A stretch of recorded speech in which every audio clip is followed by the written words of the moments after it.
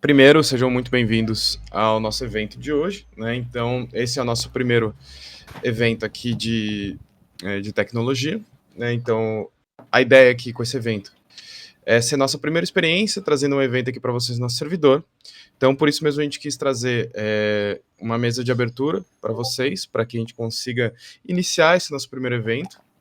Então, a gente está aqui com dois convidados nossos, né? Então, o primeiro convidado aqui é o André Teles, né? Que ele é membro do MLC, Núcleo de TI. Então, e também temos aqui o Sérgio Amadeu, nosso camarada aí, que inclusive é uma grande referência no assunto, professor da FABC, também produz o podcast Tecnopolítica.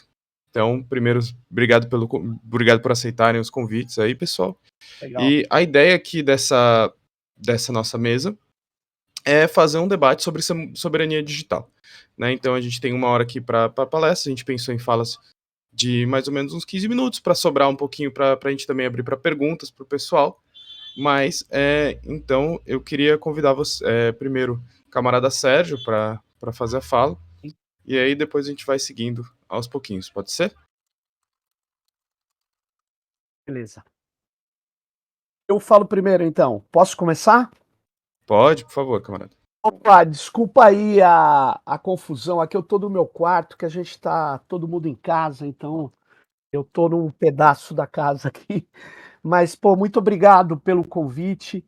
E quando a gente pensa em soberania digital, na verdade, a gente está se contrapondo à, à ideia de que nós devemos ser simplesmente usuários e simplesmente subordinados a quem define o caminho, os rumos da tecnologia.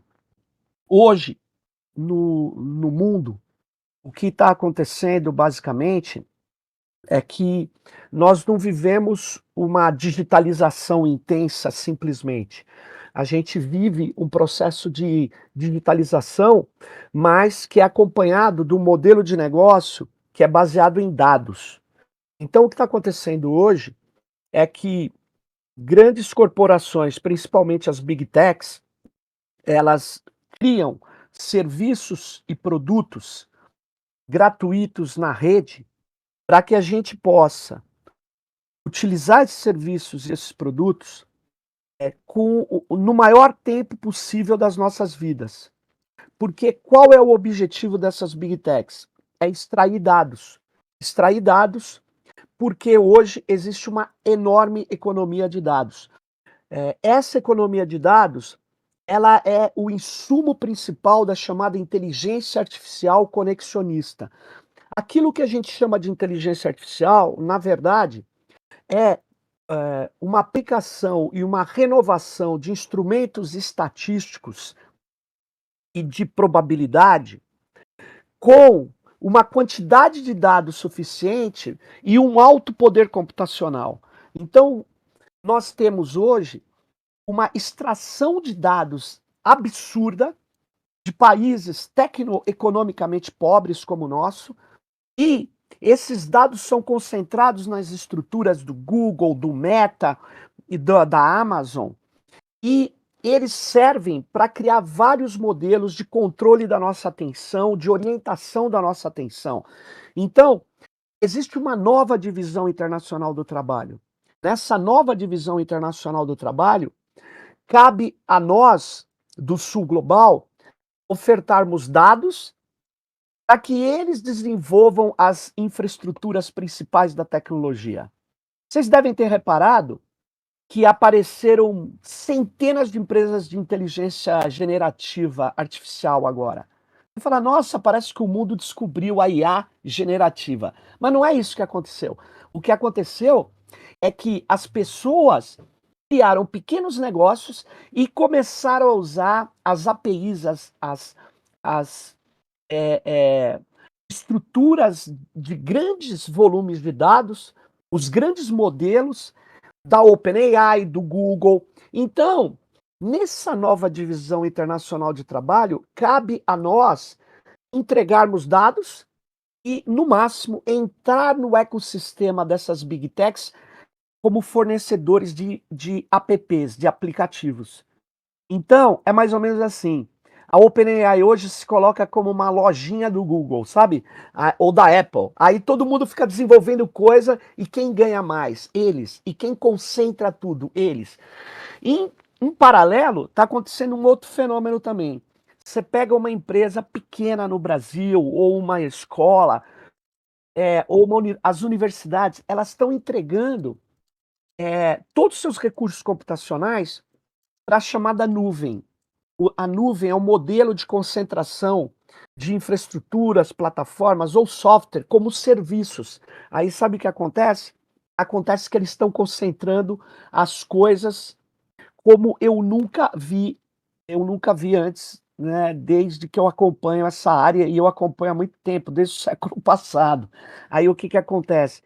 Nós estamos vendo uma concentração a ponto da Amazon Web Server, ela controla 40% do mercado de infraestrutura de nuvem como serviço.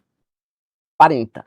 O segundo colocado é a Microsoft Azure, que na verdade, ela controla praticamente 20%. Só duas empresas, Big Techs, Amazon e Microsoft, têm 60% do mercado de nuvem. E olha, esse mercado que é de entregar frameworks, entregar soluções prontas para que você não tenha desenvolvedores no seu país, para que em vez de você ter uma equipe com 5 cientistas de dados, você só tenha que ter com 1. Então, eles estão concentrando recursos informacionais, estão concentrando dados, e dados são os elementos hoje de grande valor econômico. É um ativo indispensável para aquilo que a gente chama de aprendizado de máquina, aprendizado profundo e para outros paradigmas conexionistas da inteligência artificial. Então, o que que isso significa? Significa que nós entramos como aqueles que fornecem recursos. A gente não precisa ter a inteligência desenvolvida, a gente tem que ter uma inteligência secundária. Então, nessa nova divisão, a gente não tem soberania e a falta de soberania não é só um problema econômico, ela também é um problema de bloqueio da nossa criatividade. Toda vez que a gente entrega os dados, toda vez que a gente não desenvolve soluções com a nossa inteligência coletiva local, a gente está apoiando, na verdade, que a gente compre recursos que eles fizeram, soluções que eles criaram com os nossos dados, com as nossas perspectivas.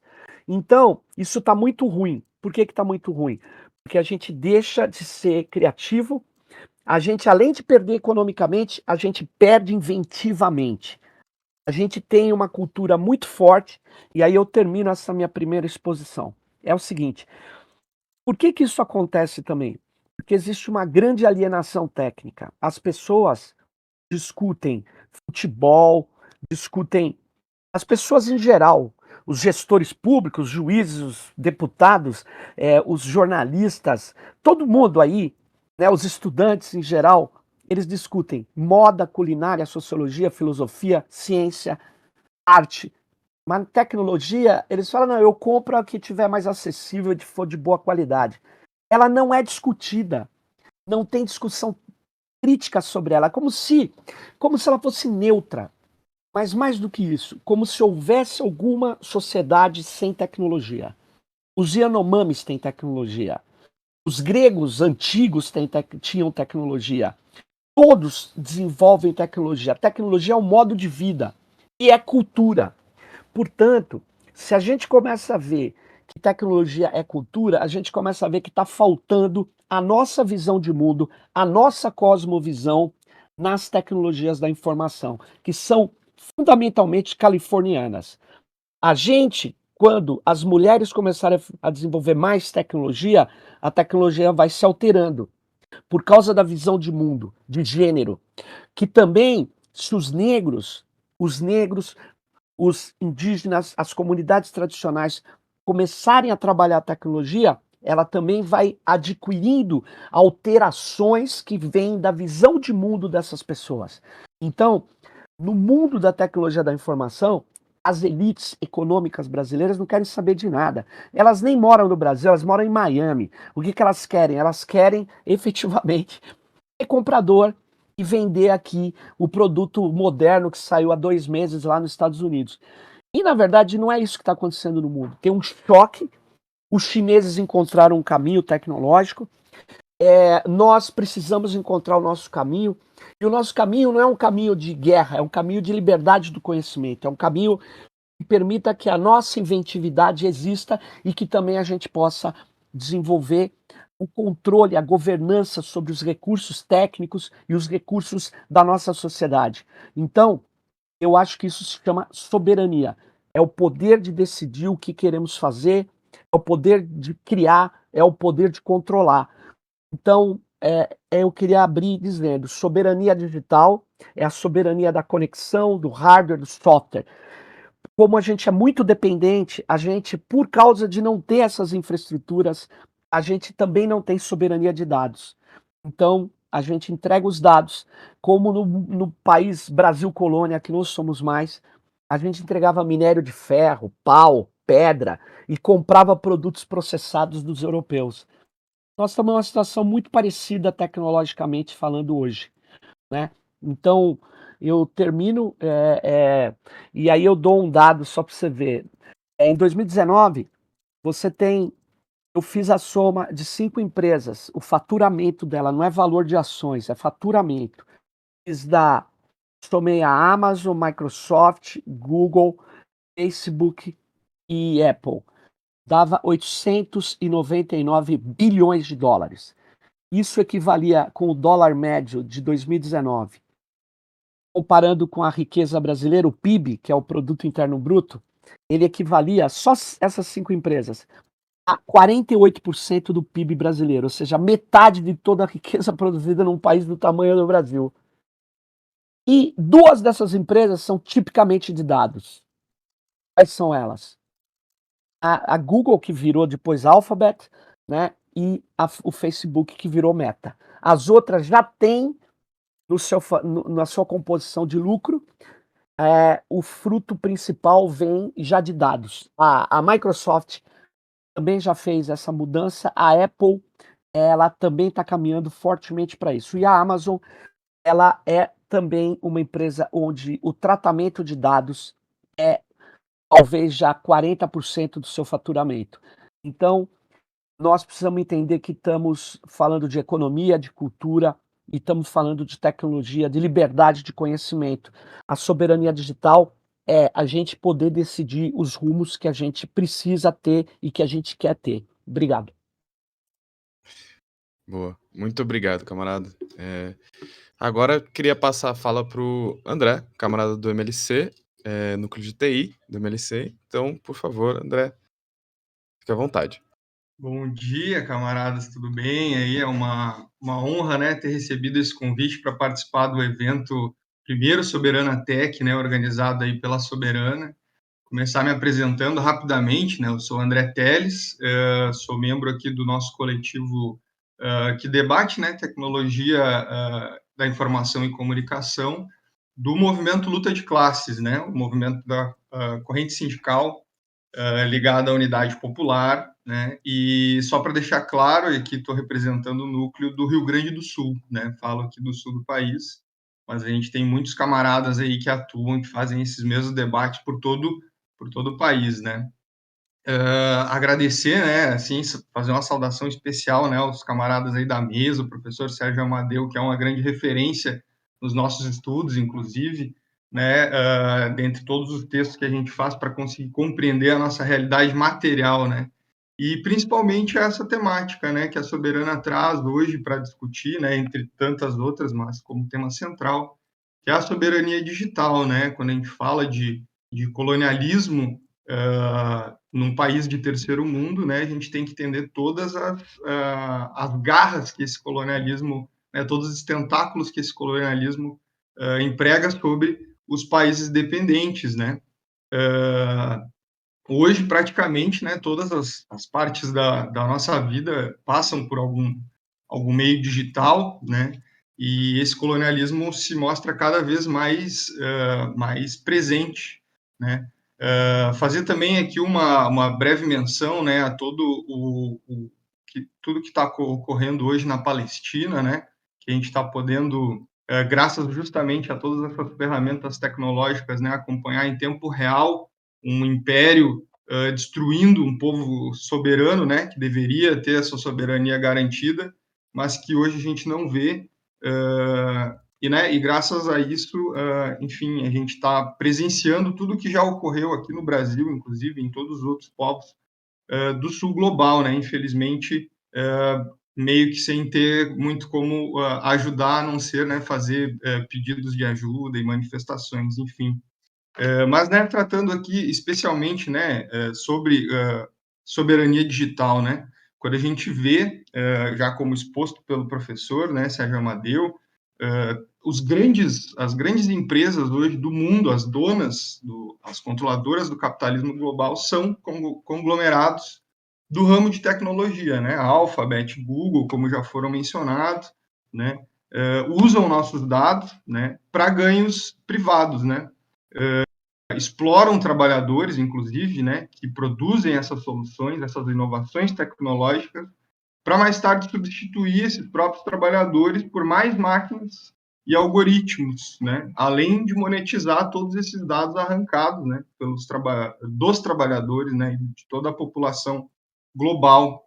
É um ciclo assim perfeito para a reprodução do capital, né, que beneficia a burguesia do norte global. A gente sabe muito bem disso, né? É essencial, portanto, que a gente consiga controlar a tecnologia, né?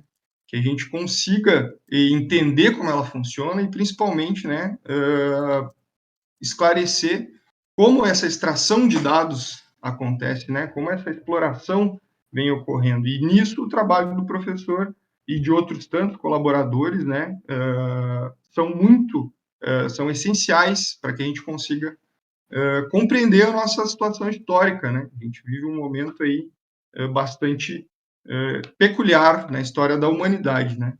Somos um país dependente, né, de toda a tecnologia, né? Quando a gente se refere a isso, né, não é que as tecnologias sejam algo intrinsecamente bom ou mal, né? A gente sabe que tudo se dá devido ao uso, né? Ao uso que se dá a essas tecnologias. Mas mesmo a evolução histórica dessas tecnologias, né? Ela responde a interesses das sociedades onde elas estão, ou melhor, né? Das camadas que dominam essa sociedade, né? E se hoje a gente tem estruturas, né, de captura de dados, ou, enfim, redes sociais onde toda a população global está organizada, é porque existem ferramentas, inclusive para controle, né, controle centralizado dessas classes dominantes, né. São muitas camadas de controle imperialista, né, e geralmente passam por isso, né, por existir um controle centralizado de tudo isso, né? De manipulação e modulação, inclusive, dos comportamentos, né? A gente tem ciência de que hoje a classe trabalhadora, né, nós profissionais de TI, a gente precisa tomar essas ferramentas para nós, né, usar a nosso favor para controlar, inclusive, os meios de pesquisa e desenvolvimento dessas ferramentas, né? Como a gente tem há alguns anos, né, uns anos atrás, a gente viu as denúncias do Edward Snowden, né? Trouxe à tona aí documentos que comprovavam toda uma espionagem, né, sobre cidadãos civis e governos, né, manipulando toda uma cadeia, né, global de produção também, né. E hoje a gente vê nessas ferramentas, nessas plataformas, inúmeros, inúmeros bloqueios de páginas, por exemplo, né. E nesse caso em específico, né, do conflito na Palestina, a gente tem presenciado diariamente, né, o bloqueio de páginas, o bloqueio de plataformas, de jornais, enfim, né, impedidos de mostrar o lado, né, do povo palestino na resistência a esses ataques, né? E daí a gente consegue ter uma noção da força que essas empresas têm, né? Esses grandes monopólios têm, né? O mais emblemático, talvez, atualmente, aí tenha sido justamente o grupo Meta banir toda a página do jornal Al Jazeera, né, por publicar notícias referentes ao genocídio do povo palestino. E todo esse controle passa justamente, né, por esse controle imperialista, esse controle colonial, né, dos países dependentes.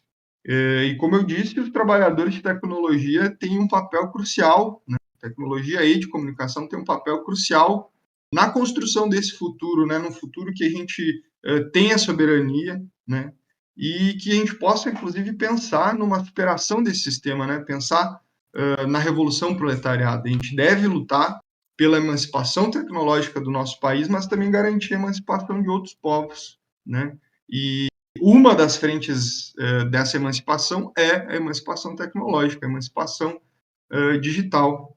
E é isso que o movimento luta de classes vem, né, a trazer. Assim, é na verdade, mais uma ferramenta para a organização dos trabalhadores, né, para que os trabalhadores possam estar discutindo, se organizando, né, e tomar as devidas medidas, as tarefas, para que a gente consiga superar essas dificuldades, né. Hoje, lutar pelos direitos trabalhistas nas carreiras de TI, né, em um mercado onde a cooptação da mão de obra é diretamente internacionalizada, né, é fazer frente a essa exploração imperialista, né? Organizar a classe trabalhadora para a retomada do movimento sindical, né, com características populares, com características revolucionárias, é a tarefa inicial para a gente fazer esse enfrentamento, né? Defender o direito inicial de todo trabalhador à sindicalização, né, para barrar também as tentativas de criminalização dos movimentos sindicais, que é o que a gente vê hoje em dia, né, para conquistar, enfim, a valorização do trabalhador enquanto agente criador de valor e de riqueza, né? Quando o professor fala, né, da colonização digital, a gente tem que pensar que também não são só os dados, né, e sim todo o trabalho, né, dos profissionais de TI em todo o tratamento desses dados, né, e na construção das ferramentas para que a captura desses dados seja possível, né? Então, todo trabalhador desenvolvedor que está aí trabalhando, fazendo páginas, criando plataformas, ou mesmo criando estratégias de comunicação para que as pessoas utilizem mais essas ferramentas, está envolvido, né, nesse esquema imperialista, né? A gente insiste também na identidade operária dos trabalhadores de tecnologia, né? A gente tem que se ver enquanto trabalhador, apesar de ter, né, as características e especificidades da nossa categoria e os privilégios que até então a gente ostentava, né? Somos trabalhadores explorados pela classe capitalista de maneira global, né? E agora com esse agravante justamente de não ter fronteiras para essa exploração, né? Hoje em dia, nós concorremos diretamente entre nós, né, com camaradas do mundo todo pelas mesmas vagas de trabalho, pelos mesmos postos de trabalho, né, onde os grandes monopólios conseguem fazer pressão econômica e política, né, invadem os países dependentes, instalam-se onde encontrar as melhores condições para explorar, né, a mão de obra especializada na situação, onde se encontrar na situação mais precária, né.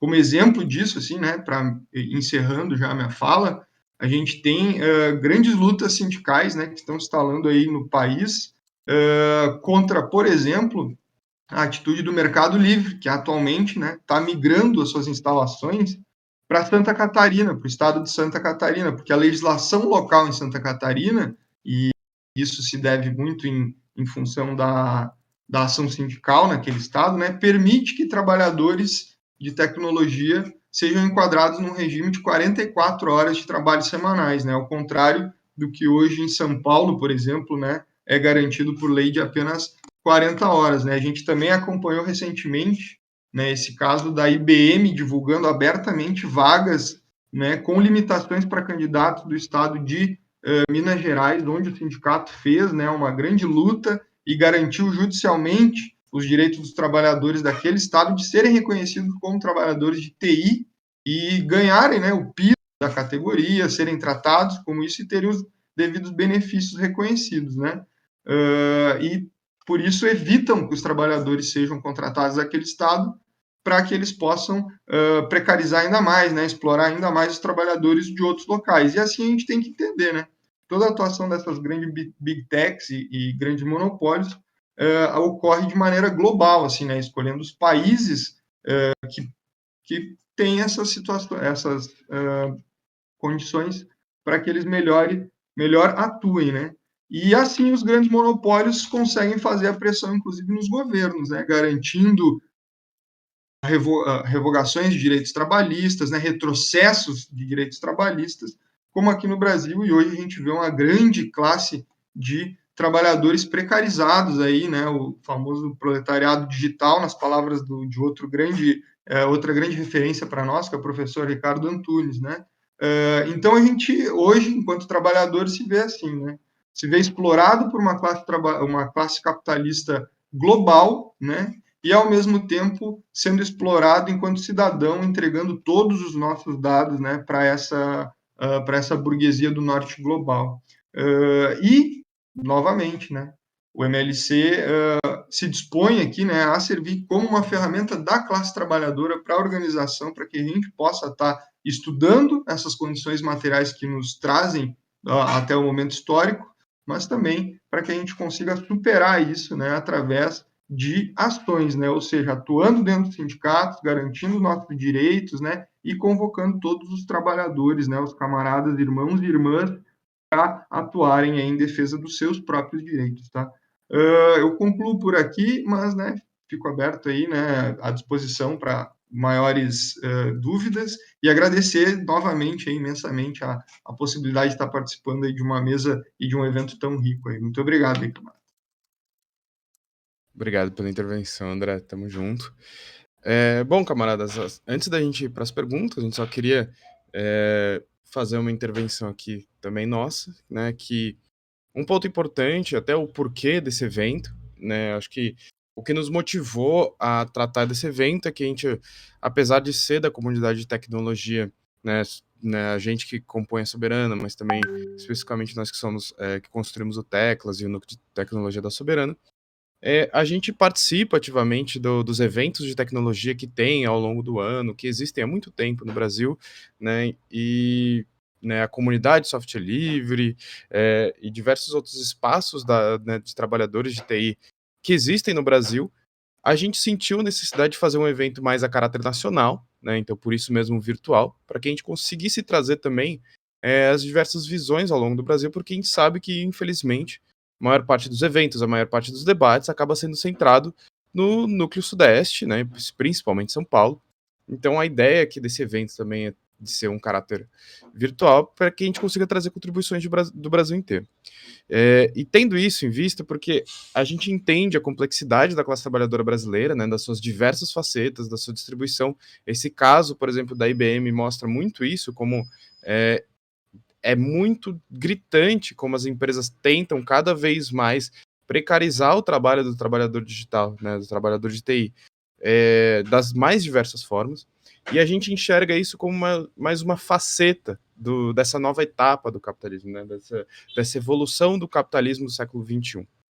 Então, trazer para a gente o tema de soberania digital é trazer também, querendo ou não, uma das formas mais importantes de enfrentamento que a gente entende hoje para o capitalismo do século XXI. E aí a gente está falando de formas de resistência, como, por exemplo, os camaradas já falaram, de como a gente está tendo acesso ao que está acontecendo, por exemplo, na Palestina hoje, por causa da internet, por causa das novas tecnologias, mas, ao mesmo tempo, a gente entende que existe um longo caminho a ser traçado, né, como o camarada já falou também, né, de uma revolução, de uma tomada de poder, de uma mudança de sistema econômico, mas a gente entende que discutir soberania digital no capitalismo que a gente vive hoje é essencial para a gente discutir as nossas táticas também de resistência, né? Então, para a gente falar sobre soberania digital é falar sobre resistência.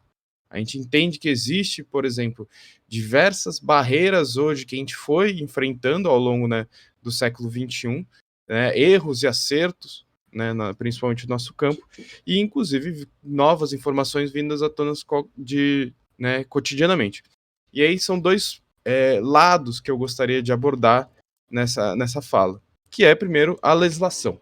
Né? Por isso que é ótimo, inclusive, ter o Sérgio aqui nessa mesa, porque é uma pessoa que participou ativamente da discussão do Marco Civil aqui no Brasil e acompanhou, né, trabalha com isso há muito tempo, acompanhou toda a discussão do Marco Civil, acompanhou o processo de decisão, de tomada de decisão relacionado ao Marco Civil. E a gente sabe, então, portanto, as limitações que a gente acabou enfrentando por causa exatamente do lobby dessas mesmas empresas de tecnologia que hoje dominam fortemente toda a infraestrutura de serviços e de internet no Brasil.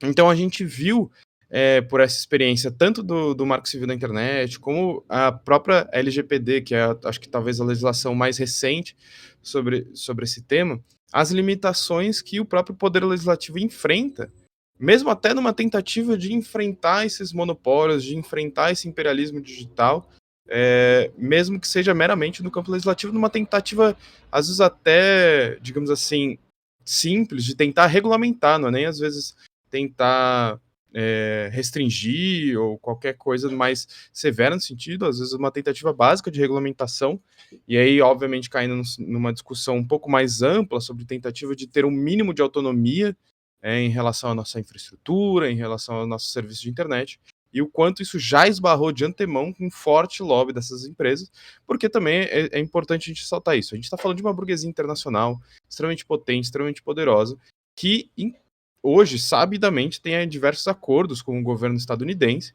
né? A gente já sabe de diversos documentos que foram divulgados, tanto pelo caso do Snowden, quanto diversos outros whistleblowers, né, das relações íntimas que as agências de vigilância americanas têm com essas empresas de tecnologia.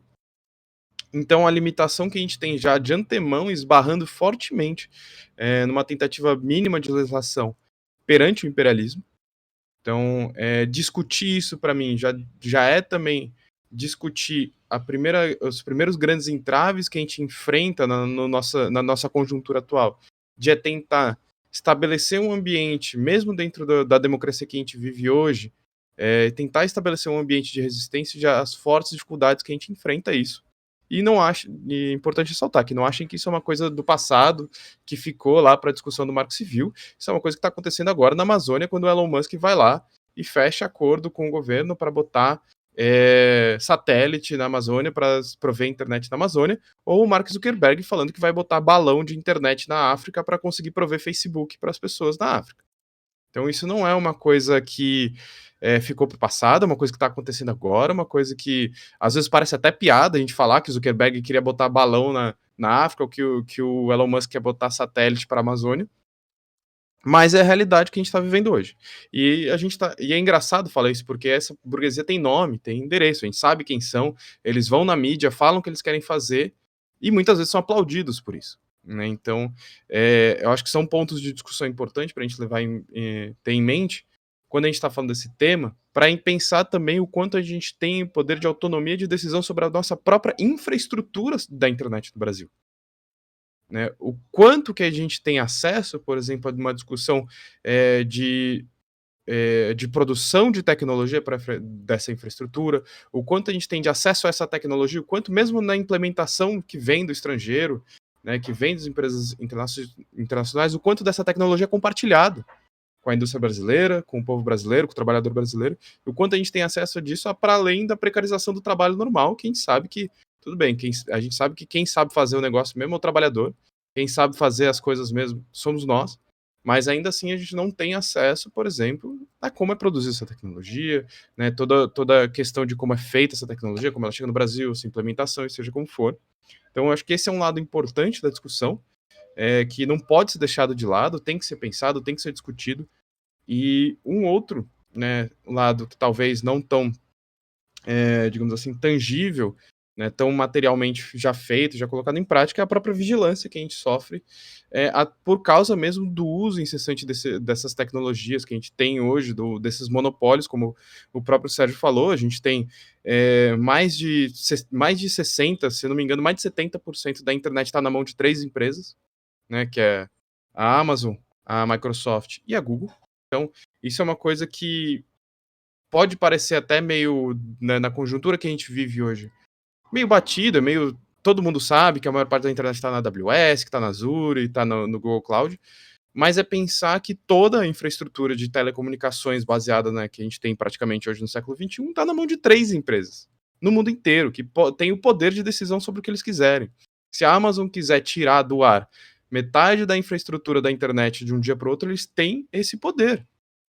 Isso, assim, a gente fala de uma maneira um tanto quanto abstrata também, mas é só lembrar de incidentes que aconteceram de, sei lá, fazendas de servidores pegarem fogo, ou qualquer tipo de acidente natural que envolvia essa infraestrutura de cloud da Amazon, e 90% dos sites mais conhecidos ficarem fora do ar ou terem seus serviços comprometidos. Né? Então, a gente vê hoje na prática, a gente lia, e eu acho que isso é muito engraçado, a gente lê livros do começo do século XX, né, até o próprio Lenin falando do avanço do capitalismo para a fase monopolista, né, e como isso é uma característica do desenvolvimento do capitalismo e tal, e aí a gente pensa nas indústrias lá do século XX, de uma coisa bem longe da gente que não existe mais, porque afinal hoje em dia tem legislação contra monopólio e não sei o que, e hoje em dia é isso. Quem usa Android sabe muito bem que você compra um Android, um celular Android, e ele já vem com todos os aplicativos da Google instalados e você não consegue desinstalar se você não fizer root no seu telefone. Você não pode tirar isso do seu telefone, e se você fizer root no seu telefone, você acaba com a garantia do seu telefone. Então, não tem nem como fugir disso hoje, para além, né, de a gente estar imerso nesse monopólio. Então, a gente quis trazer essa temática do evento e trazer essa discussão, trazer essas figuras aqui que são tão importantes para a construção desse debate no Brasil, para que a gente consiga, óbvio que a gente não acha que o debate vai ser exaurido aqui, a gente sabe que é um debate longíssimo, e nossa, vai muito longe, tem muita coisa para abordar nesse debate, mas a ideia aqui é a gente trazer um espaço e ampliar essa discussão um pouco. Né, seja para quem é da área, mas para quem também não é da área, para ter contato com esse debate, porque a gente entende que no capitalismo do século XXI, esse capitalismo hiperdigitalizado e avançando a passos largos, né, na automatização dos processos industriais, na substituição da classe trabalhadora por essa automatização, né, o Sérgio até tocou nesse ponto das inteligências artificiais, desse mito da inteligência artificial, mas uma tentativa, sim, de substituir a classe trabalhadora por qualquer tipo de tecnologia que aparece. Discutir isso é dar o primeiro passo para a gente ter uma perspectiva mais embasada para conseguir organizar nossa luta, para conseguir seguir adiante, conseguir contestar cada vez mais e pensar em alternativas para nós, né? Porque a gente pode até falar, né, que existem outras alternativas, outros exemplos de enfrentamento de diversas formas, que como se dá, como se pode fazer isso, como a gente pode avançar nisso, mas não dá para a gente avançar sem primeiro fazer esse debate do que de quais são as implicações, de como analisar isso historicamente, como se tem se consolidado no Brasil e toda a periferia do capitalismo, porque a gente sabe que isso não é só um fenômeno que acontece no Brasil, é um fenômeno que acontece na América Latina inteira, é um fenômeno que acontece na África, na Ásia.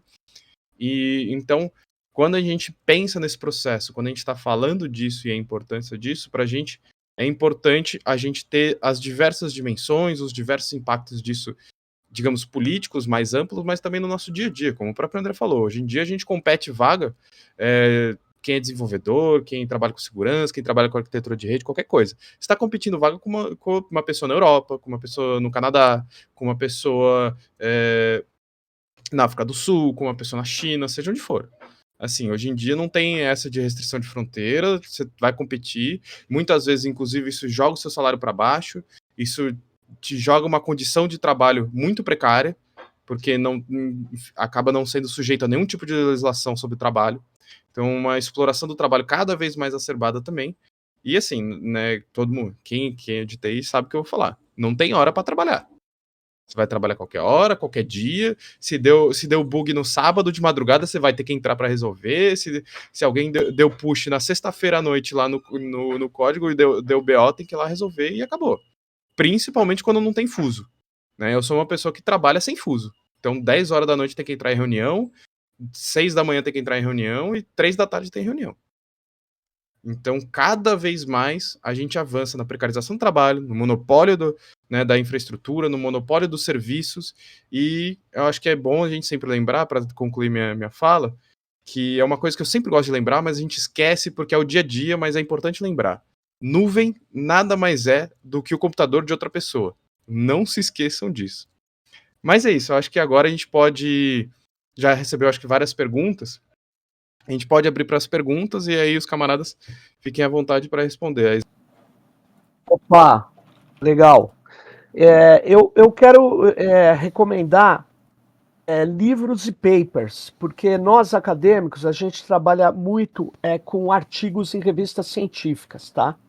Então, tem um artigo, ele só tem em inglês, mas ele é de um cara que se chama Michael Quetch, ele é sul-africano, e ele tem um artigo sobre, deixa eu ver o nome correto do artigo. O nome dele é Quetch, né? K de quilômetro, W-E-T. E o nome do artigo não sei se vocês, eu não estou muito acostumado aqui. Eu posso colocar o nome do artigo num chat para todo mundo ver aqui? Então, esse texto aí, cara, ele é um texto muito bom. Ele é curto e ele é muito bom, porque ele trabalha o vínculo do imperialismo com a atual realidade que nós estamos vivendo. É um autor sul-africano e que ele trabalha a ideia de digital colonialism, que é colonialismo digital. Outro texto fundamental é um texto que eu acho que apesar de ser de uma pessoa, ela não é anticapitalista, mas ela faz uma descrição muito profunda e muito correta. Eu não concordo muito com os termos, tá? Mas é o texto da Shoshana Zuboff, chama Capitalismo de Vigilância. Você não precisa concordar com a ideia que o capitalismo é de vigilância. Eu mesmo acho que o capitalismo é de controle. E é um capitalismo que vive uma fase neoliberal. Na verdade, é capitalismo. Eu nem fico meio. Mas, enfim, ela descreve muito bem como se organizou esse modelo de negócio da gratuidade. Então é Zuboff, né, com Z-U-B-O-F-F, e aí você dá uma busca, você acha. Um outro texto que é mais recente, quer dizer, do mesmo ali período da Zuboff, né, que é de 2019, 20, um pouco a mais, é o texto de dois caras, um autor chama-se Nick Couldry é C-O-L-D-R-Y, Nick Couldry, e Ulisses Mejias. O Mejias é mexicano, então os dois lançaram um texto que se chama The Costs of Connection, ou Os Custos da Conexão. Nesse texto, tem um subtítulo que eu não me lembro, e ele trabalha a ideia do colonialismo de dados, mas ele trabalha com uma perspectiva diferente do que eu trabalho, né? Eu trabalho um pouco mais vinculado à luta anti-imperialista também. Então, porque eu não acho que a colonização de dados, transformar tudo em dados, está acontecendo no mundo inteiro.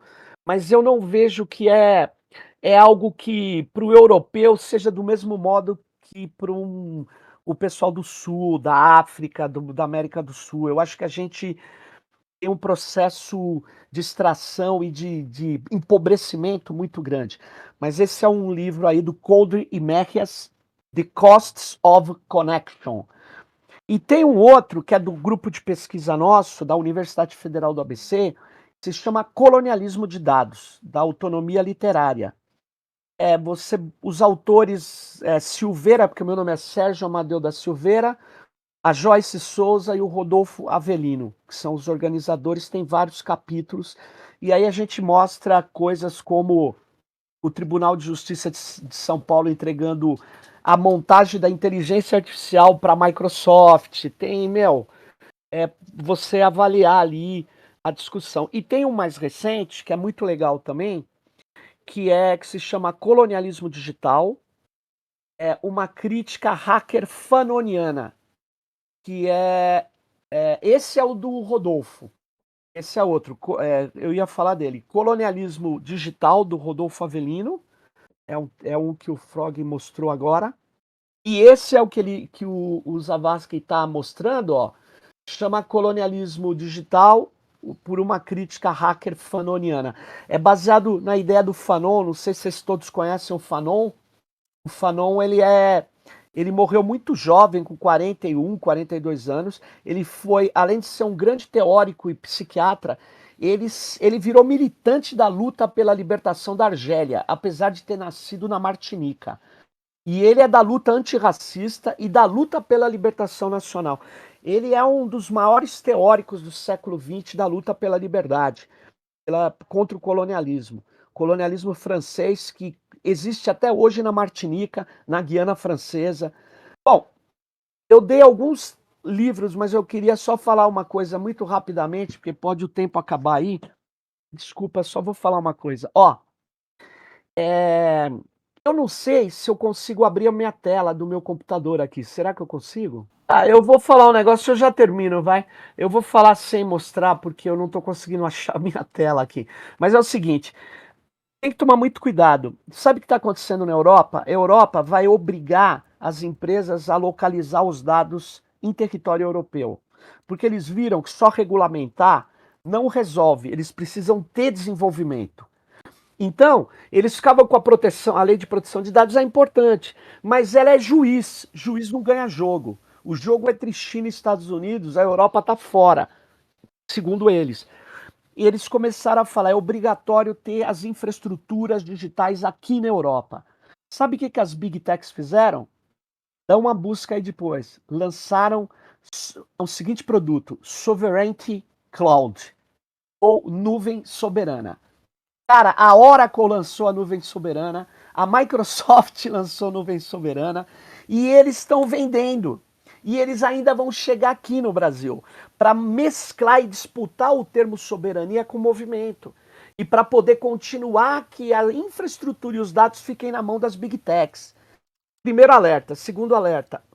Infelizmente, um deputado do PT entrou ontem com um projeto de lei que muda a Lei Geral de Proteção de Dados no Brasil e legaliza o mercado de dados. Legaliza, monetiza, é uma lei com nome horrível, mas se vocês dão uma busca aí, o projeto de lei chama-se, o número é PLP 234 de 2023, porque tem vários anos esse número, é o projeto PLP, Projeto de Lei Complementar 234 de 2023, né, de 2023, e ele é o seguinte, ele institui a Lei Geral de Empoderamento de Dados e dispõe sobre o ecossistema brasileiro de monetização de dados. Gente, os caras chegaram nos aliados, chegaram aqui dentro de casa. Eles tiveram. O projeto não foi feito pelo PL, não foi feito pelo Partido Novo, foi feito por um cara do PT importante de São Paulo. Ou seja, cara, os caras estão disputando ideologicamente, politicamente, eles não estão mais só jogando grana. Então eu só queria dar esse alerta a todas e todos aqui. Bom, aí, a minha sugestão, né, quanto à bibliografia, não exatamente sobre o colonialismo digital, né, foi a sugestão de ler aí o livro Privilégio da Servidão, do professor Ricardo Antunes, que é excelente para a gente compreender, né, a nossa condição. Acabou de bater uma porta aqui em casa e quebrou um vidro, desculpem. Foi no prédio, né? Enfim, é o privilégio da servidão para que a gente possa entender, né, a nossa condição enquanto trabalhadores dos serviços, né? Principalmente serviços digitais. É um livro bem introdutório, muito bom de fazer a leitura.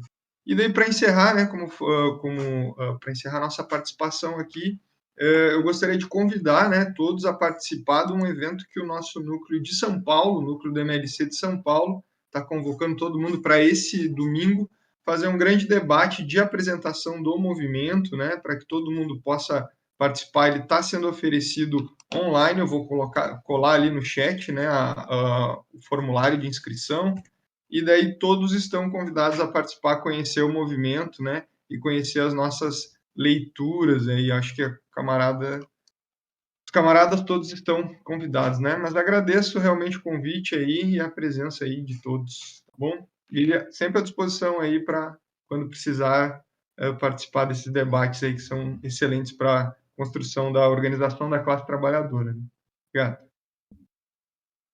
Bom, é isso, pessoal. Só agradecer a todo mundo que assistiu, aos nossos queridos convidados por toparem esse evento também, fazer essa fala aqui com a gente. E já deixo também falado que haverão outros convites, haverão outras oportunidades, então muito obrigado por comparecerem. E aí, para o pessoal que está ouvindo a gente, agora a gente vai para, né, vão ter 2 trilhas agora o evento, né? Então, as próximas atividades aqui, né? A trilha 1 vai ser agora sobre o uso de software livre na produção criativa, tá? E na trilha 2 vai ser a roda de conversa sobre soberania digital. Então fiquem à vontade para se dividir aí, lembrando que as palestras vão ser gravadas, tá? Então só para ninguém também ficar com medo de perder nada. E é isso. Então muito obrigado, pessoal, por participarem. Tamo junto. Eu queria só convidar o seguinte, em breve, esse ano, a gente vai tentar fazer um online, tá? Juntar umas lideranças aí, eu convido aí vocês já de antemão, para fazer uma plenária virtual, para a gente lançar o movimento nacional, o movimento aqui no Brasil pela soberania digital. Por que que a gente precisa lançar formalmente esse movimento? Sabe para quê? Para a gente poder hackear depois do ano que vem as emendas parlamentares. Eu vou falar assim rapidamente o plano do Cebolinha nosso. Emenda parlamentar, eles não conseguem, é a pior desgraça do Brasil, onde tem os roubos também, não só, né? Mas veja bem, uma emenda parlamentar, ela pode pôr, os deputados põem dinheiro num projeto e o governo não pode cortar, é o acordo. Se a gente construir infraestruturas digitais autônomas, se a gente começar, além de discutir, a gente também fazer a disputa na construção de tecnologia, aí o bicho vai pegar. A gente hackeia os caras, ou seja, usa o instrumento desgraçado da emenda parlamentar, que ninguém pode pôr a mão no orçamento, para jogar dinheiro para um núcleo que a gente vai construir, mas isso precisa do apoio de todo mundo.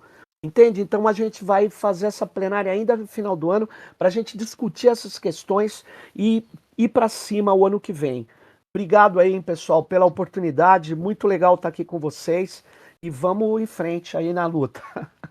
Obrigado, camarada. Tamo junto, estaremos lá.